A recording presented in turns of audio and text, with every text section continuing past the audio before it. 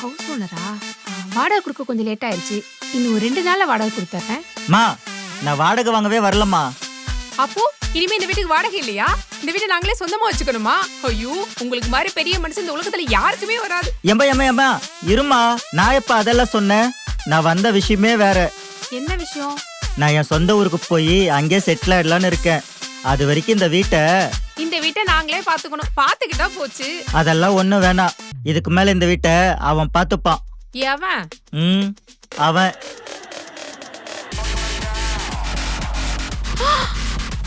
இவனா?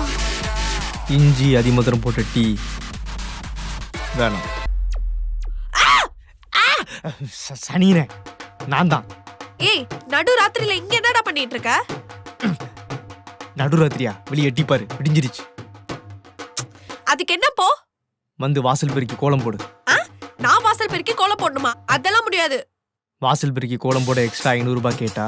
தம்பி அதெல்லாம் எதுக்கு? அதான் என் மூத்த பொண்ணு இருக்கால, அவ வந்து வாசல் பெருக்கி கோலம் போடுவா அப்படின்னு உன் மம்மி தான் சொன்னா. வந்து கோலம் போடு. மம்மி, உனக்குள்ள புரடி. இந்த புடிச்சுக்க.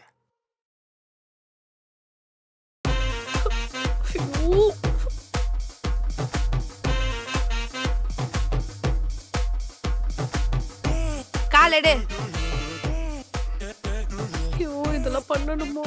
தலையெழுத்து ஆத்தக்குறி கொள்ளணும்.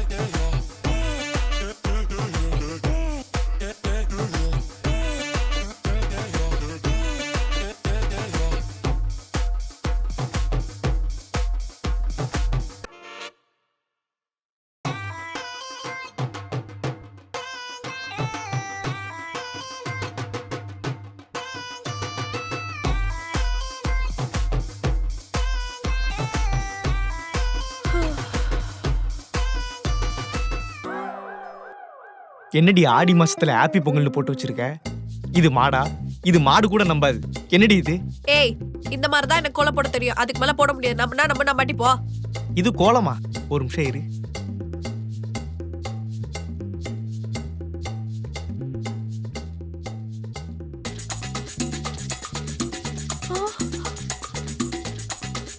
ஏண்டா? எனக்கு இந்த கோலம் பிடிக்கல.